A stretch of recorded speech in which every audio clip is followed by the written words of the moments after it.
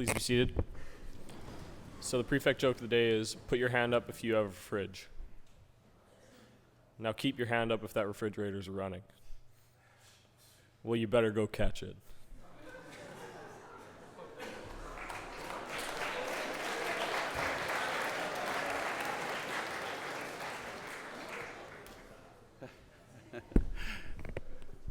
Well done, Ben. It's good.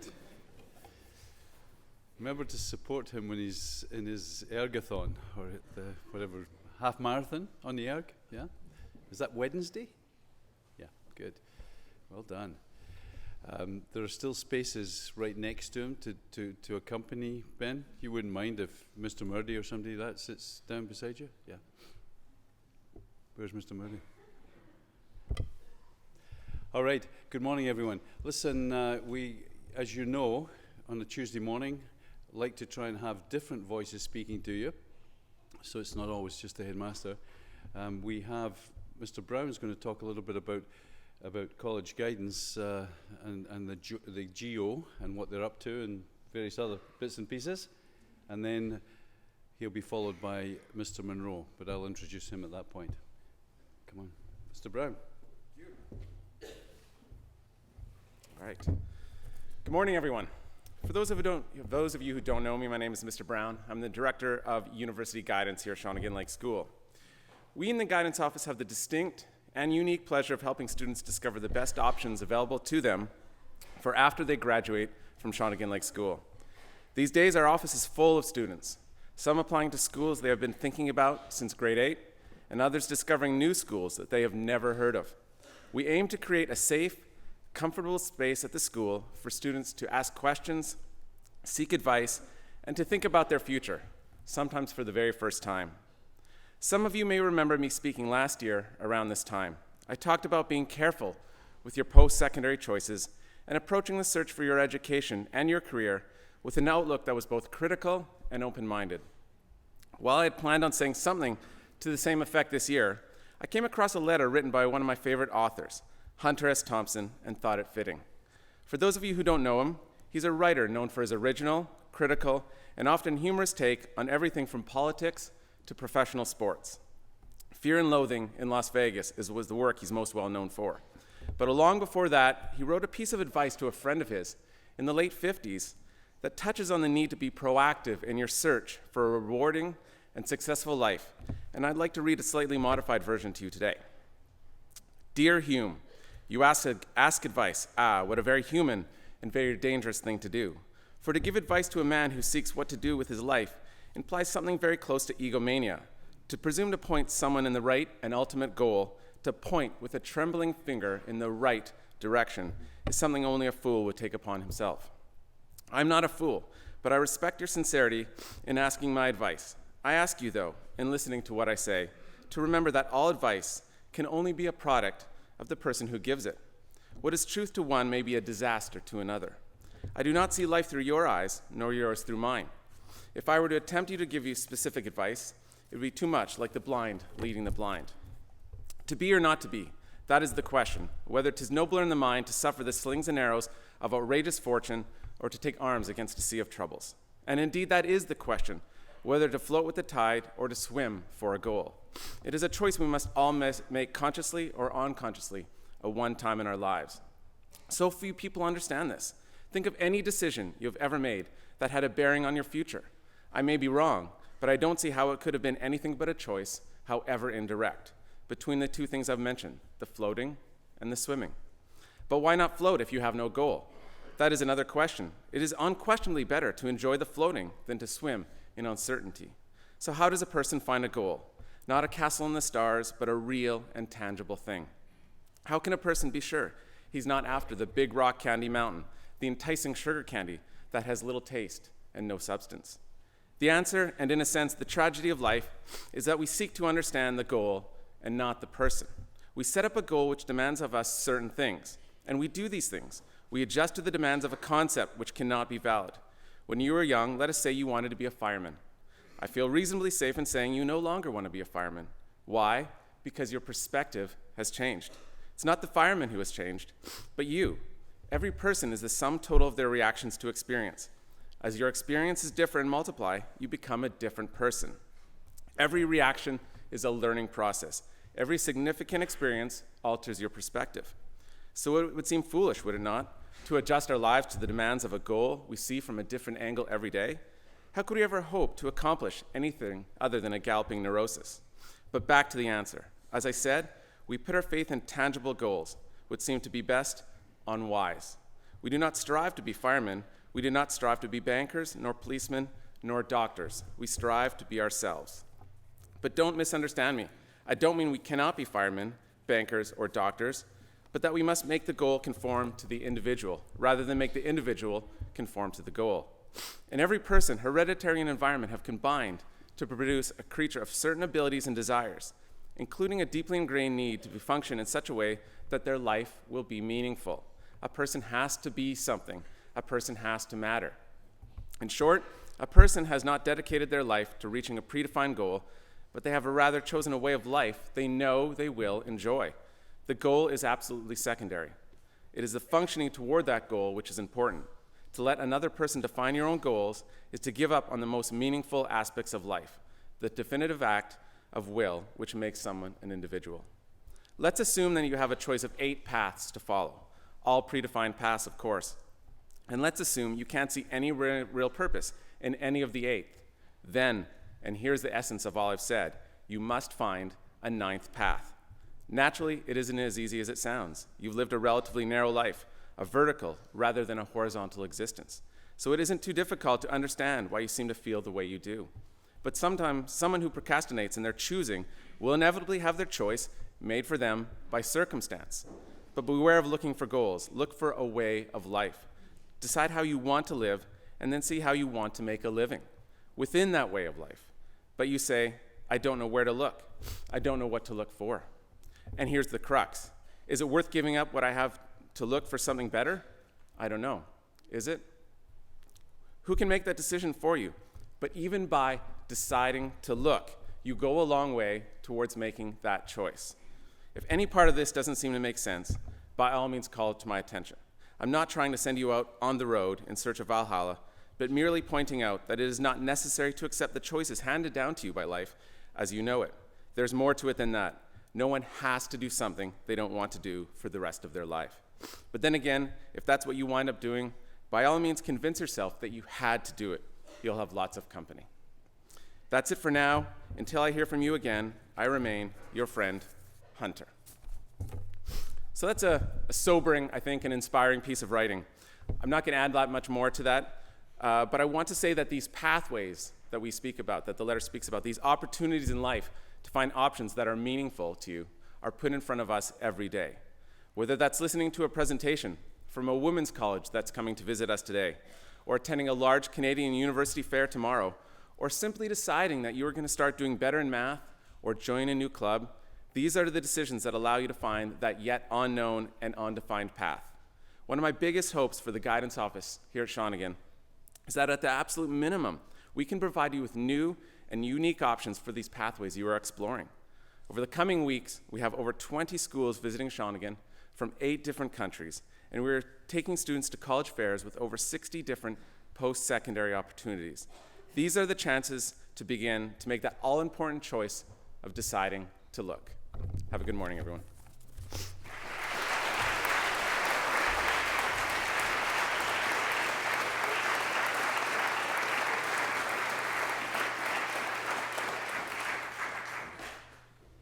Thank you, Mr. Brown. Some good advice there. The 9th path. Like that, the 9th path. Could write something on that. Start a conversation. Start a dialogue. That's the essence of the whole thing. So, switching now, it's my pleasure to invite Mr. Monro, wherever he is. Where is Mr. Monro? He's back there. Forward. And I think his... Well, I'll let you talk about what you're going to talk about rather than preempting it. Mr. Monro, come on. Good morning. When I was 12, I was cast in the school play as Aslan the Lion from C.S. Lewis's The Lion, the Witch, and the Wardrobe. In truth, based on my acting ability, I was probably more suited to playing the wardrobe, but I still valued that experience, as terrifying as it was. That's why I'm always in awe of those who step up to the musical. Acting is tough enough, then add some singing and dancing into the mix. So given my shortcomings in stage performance, you can imagine how deflated I was to learn at the one Christmas gathering a few years prior to my lion-suited fiasco, I had to perform in a show with my brothers as one of a number of acts performed by our friends from other families. The only shard of positive light was that my wooden acting skills were sewn into the family genes, and performing alongside my brothers, I, the wardrobe, would blend in with my brothers' chest of drawers and coffee table. We were not looking forward to this. As the event drew nearer, our rehearsals intensified, knowing the quality of the competition was high. 5 other families were coming, and they had some impressively strong talent in their ranks. I questioned whether I would have traded all those afternoons spent scrambling up haystacks for a few more hours practicing on my keyboard. It was just a matter of course that the host's daughter was going to nail one of Beethoven's violin sonatas. Additionally, there would be a well-choreographed snippet of Shakespeare with props and costumes too, no doubt. And it might all be rounded off with some Maya Charleston-esque rendition of Laudate Dominum or some other vocal treat. As the event neared, I was cursing the hours we'd spent playing cricket in the garden. My bros and I knew we were the underdogs. In fact, we should have been in a different dog race altogether. But here we were, keen to at least provide some heartily delivered energy and passion. Finally, the evening arrived, and it was showtime. After the violin sonata, the Shakespearean interlude, and Charleston's soaring notes, we were ushered into position. Heartbeats quickening, nerves jangling, and tension building. Now, you know that look people give when they're trying to buy into what you're offering, but they're not really expecting a great deal. I see a few teachers nodding. It's this look. And it says, through a sympathetic smile, this should be interesting. Hopefully it doesn't last too long. And then bang! We dropped into a quarter squat, nostrils flared and operating like a whale's blowhole. Our eyeballs were on stilts and we were hollering at the top of our lungs. One of the nearby sympathetic smiles I just mentioned had for the briefest of moments disappeared into a glass of mulled wine and had now surfaced imitating a garden hose with a thumb clamped over its nozzle. And I was minus an umbrella. Yet despite coming under friendly fire from this unsuspecting mother, our practices had paid off because we didn't miss a beat. Quite the opposite, as now, blood-soaked with mulled wine, our warrior cries gained impetus and our performance gained credibility. And the Monro haka dominated proceedings for a moment. It was passionate, honest, and huge fun. But as we were performing the haka, I would never have predicted that 20 years later, at a Rugby World Cup in New Zealand, I'd be standing on the rugby field, 20 meters from the All Blacks, facing the real thing. Out of interest, by show of hands, how many of you have seen a haka or know what it is?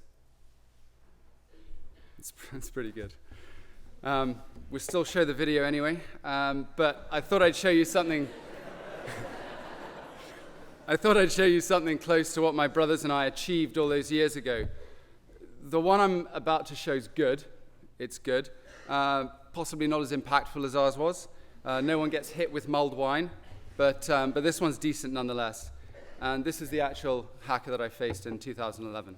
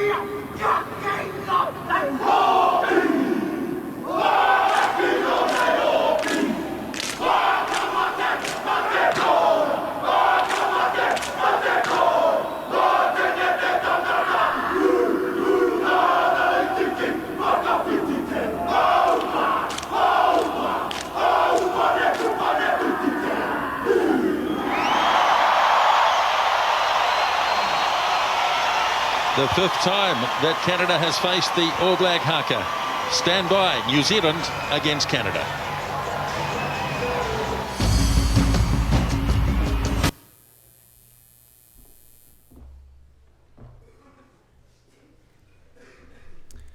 Fairly impressive, I'm sure you'll agree, and I'll speak a bit more about that experience later, but first I'd like to roll back the years.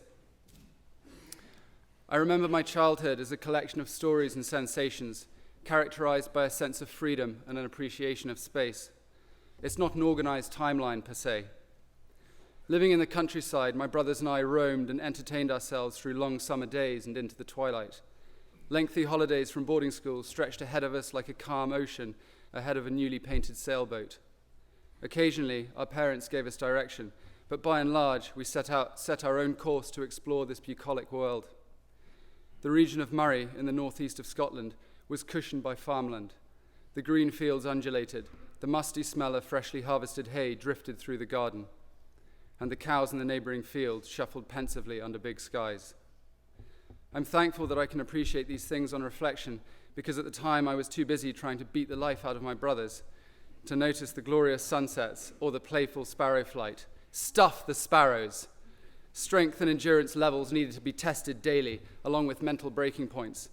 Brotherly tussles were as common as our attempts to blame each other, and were over about as quickly as it took us to forget they had ever occurred. So on the one hand, my childhood was painted against a quiet and idyllic rural backdrop. However, in the foreground stood the noisier inspiration and breeding grounds that cultivated my dream. At the time, I did not credit how closely these two elements were linked. I started boarding school when I was 7. I boarded a plane at Düsseldorf Airport in Germany, bound for Edinburgh, where I would meet the Cargerfield school minibus. I was so excited. I knew there were a multitude of sports and activities to attempt, and I was particularly looking forward to cricket and rugby, in that order. Like Shawnigan, Cargerfield offered many trips and opportunities, and it was a school trip to Murrayfield Stadium, where Scotland play rugby, that sparked an irreversible drive. I don't actually remember too much about the match or who won, but I'll never forget the roar of the stadium when the players ran out, or the passionate anthem, O Flower of Scotland, reverberating around the ground, or the fact that in the depths of winter, one should avoid dressing as a true Scotsman. The atmosphere, physicality, and athleticism of the sport captivated me and suited the sort of competitive rough-and-tumble relationship my brothers and I had. After the final whistle, I wandered to the edge of the field, plucked a tuft of grass, and popped it in my sporran as a token. It was a seminal moment. I wanted to be out there, to be playing rugby for Scotland one day. I had a dream. Now, although I played age-grade rugby for Scotland, I never played for the senior Scottish side. My decision to try out for Canada is perhaps another speech for another day, but I can say as I stood in that Canadian wall facing the haka we just saw, I felt incredible pride. And I'll never regret that complex and difficult decision to play for my birth country as opposed to my homeland. So as I stood in front of that haka in a Canadian jersey, I was better prepared than I had been before. I'd faced the New Zealand Maori and the under-20 haka in 2007, and from 20 paces, this is the only position you can really learn how to absorb it. I'd watched it 100 times on YouTube, but in the flesh, it's a different beast. This time, I could anticipate the volume. The yelling, snarling, fizzing, frothing is slightly disturbing. And then add in the slapping of various body regions, and it confirms a couple of things. Firstly, these chaps meant business in a primal way. You didn't have to be a connoisseur of the Maori language to know they were suggesting that the rules of rugby were merely guidelines and that being disemboweled in the next 80 minutes was a distinct possibility. And secondly, a war dance before kickoff is mighty advantageous. Extra warm-up, chance to eyeball a few guys, and just get the 15 hearts beating as one. I was mentally prepared for this haka, though, and far better equipped to harness its energy and use it to my benefit. I suppose that's what experience does for you, whether you're working in the Stag Cafe or ironing a shirt. When one first walks a path, one has to be more focused on the path, and it's harder to appreciate your surroundings and consider the full view. The display of power and soul in this haka readied our chaps for kickoff. If you don't know our scoreline versus New Zealand, I'd be tempted to recall it as a narrow loss. Looking back, though, It's not the scoreline that is of any great value. The All Blacks are simply the most coordinated and skillful attacking team I've ever played against. Every player contributed, and they were comfortable in a number of roles, whether they were attacking, tackling, rucking, or carrying the ball. It was total rugby, doled out in an unforgiving, yet attractively violent way. I remember when Jerome Kino, one of their back row players, went on a rampage. Carrying the ball like an orange pip, his massive legs pumping like pistons in a steam engine, he cantered low, changing direction at the last minute, stepping to my inside. I buffeted his thigh, slipped down his calf, and managed to grab a boot, holding on for the ride. Adam Kleberger, our flanker who was sporting a Zeus-like beard with magical qualities, who'd been smashing Tongans of all shapes and sizes 2 weeks earlier, fired in at Kano's legs. Jerome swatted at him like an elephant would at an impatient dung beetle scaling its hind legs. The elephant continued upfield. Thankfully, Ryan Smith, our centre, joined in the circus by leaping on Kano's back, and after another 5 yards, he was felled. If you're a fan of Lord of the Rings, I felt like one of the riders of Rohan trying to fell an Oliphant on the plains of Minas Tirith. If you're not into your Lord of the Rings, buy a ticket to Africa and try tackling a wildebeest. I was mentally and physically battered at the final whistle and was honoured that we were invited through to New Zealand's changing room post-match refreshments and snacks. The match was memorable, yet rubbing shoulders with some of the game's greatest players was unforgettable and considerably less painful. The next day, I hopped on a plane to Vancouver Island, drove to Shawnigan, spent a day at home for Hector's birthday with Mrs. Monro, who was 7 months pregnant with Cosmo, and then started the daily commute to UVic to start my teaching degree. Not that I knew it for another 18 months or so, but the dream had ended, and I'd found a new path to tread. An influential book I read around the time of the 2011 Rugby World Cup was titled Don't Die with the Music in You. It was given to me by a close teammate from Castaway Wanderers, my club in Victoria, and it was written by Wayne Dyer, who was the Brisbane Broncos rugby league coach. I highly recommend it. Contents aside, I love the idea the title communicates and how it is presented. Don't die with the music in you. Negatively phrased and simply put, it warns the audience against missing out, against not fulfilling what natural rhythms we've developed. My rhythms, for example, grew in the garden with my brothers. And a fear of failure, whilst it can hold us back if we allow it, can be incredibly motivating too. Furthermore, Don't Die with the Music in You implies that we can all contribute a song to the world around us. I was never very good on the stage, but when it came to rugby and sports in general, I always seemed to be able to sing. And I was very fortunate to have had a career as a rugby player, doing something I loved every day and working towards a childhood dream. Well, as I said, my dream morphed a little from when I was a young boy, but I'm more than at peace with that, and anyway, why shouldn't dreams evolve too? As I seek to make sense of the timeline between my childhood and my final match for Canada, I would offer that dream chasing is so often unglamorous work. It requires sacrifice and support. After every last class at school in the rugby term, I'd sprint to the equipment room, grab a few balls, run up to the fields and kick for 30 minutes before training, and then for 45 minutes afterwards. Every sport day. Most Sundays I would head up to the fields with Sam Griffiths and kick for up to 2 hours. Nobody but Sam and I knew we were there. At home I'd spend at least 3 hours most days playing sports, kicking and passing balls with my brothers, and the best part of my passion and my dream was it was mine, and my parents let me have it. I was never pushed into anything, and I'm very grateful for that. So if I have any wisdom from all my experiences, it is this: find something you really want, something you love. That might actually be the hardest part, and I know I got lucky. Arguably, it found me. Then be prepared to work relentlessly for that love, especially when no one is watching. I don't want it to sound like rugby was all I did, because we only played one term of rugby, and I had a reasonable life balance overall, honestly. Finally, find an environment that will help you flourish and use every resource available. My brothers, teachers, and coaches will never know how indebted I am to them on this point. And consider this: if an 80-kilo rugby shrimp can play at international level and perform moderately well, there's hope for us all in a world where there are so many kinds of music and instruments. My mother always used to tell me I could be anything I wanted. My response was, well, actually, Mum, I'm not saying you're wrong. To be careful, my mother was terrifying. But I couldn't be a pop star because I can't really sing very well. She just shrugged. That's never held anyone back before. Last weekend, I was heading down to Victoria, and a song came on that my mum would always listen to in the car when we were boys. It made me smile because I'd never really listened to the words closely. Given this speech was on the horizon and I was reflecting on my mother's advice, I wondered if she was more deliberate in her choice of car tunes than I gave her credit. Or perhaps she just loves ABBA. This is the first verse from ABBA's I Have a Dream.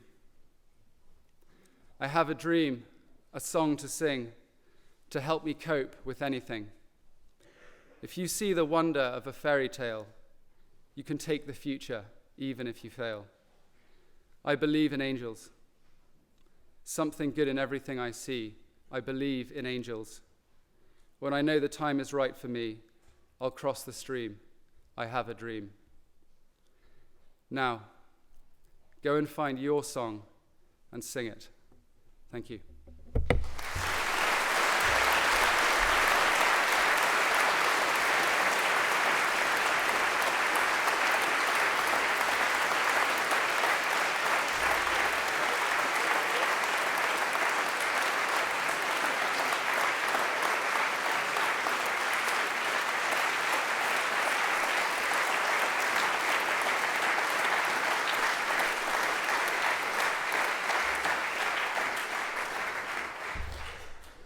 Thank you, Mr. Monro. That was incredibly eloquent and articulate with just a terrific message for everyone to listen to.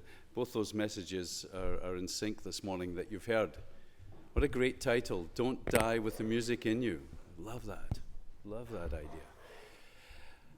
Good. And thank you for dispelling the commonly held myth that rugby players can only just colour in books as opposed to read them. The Rev, thank you. Thank you. Very quickly from me, who has picked up a bottle of sriracha or ranch sauce in the last 24 hours in Marion Hall? Oh, not that many of you. Well, of course, Thanksgiving, we're going to, as usual, we're going to be making a donation to the food bank. There's food that we've purchased at the that's in the commissary, and I called the food bank, and what they want is condiments. So we're going to be providing things like ketchup and mustard and things like that. So I know it's not very sexy food, but be sure to go in there and grab a bottle of something to bring to chapel on Thursday morning. And just keep in mind that this is really what they're after at the food bank. And when you buy it, really think about what you're doing. We're all trying to help feed people that otherwise would go without those condiments that kind of make life interesting. And to really switch gears, of course, we're all aware of what happened in Las Vegas the other day, the tragic shooting there. And, also as we come to Thanksgiving, one of the things that I think we need to be most thankful for is the amazing place that we live, the calm, the peace, the serenity that we live with, and the lack of violence in our lives. So this morning I thought we'd just take a moment to pray for those who've been affected by that shooting, but for their families and for their friends. Gracious God, we pray for peace. Peace in the world, peace in our nation, peace in our community, and peace in our lives. Let peace begin with us. Amen. Thank you.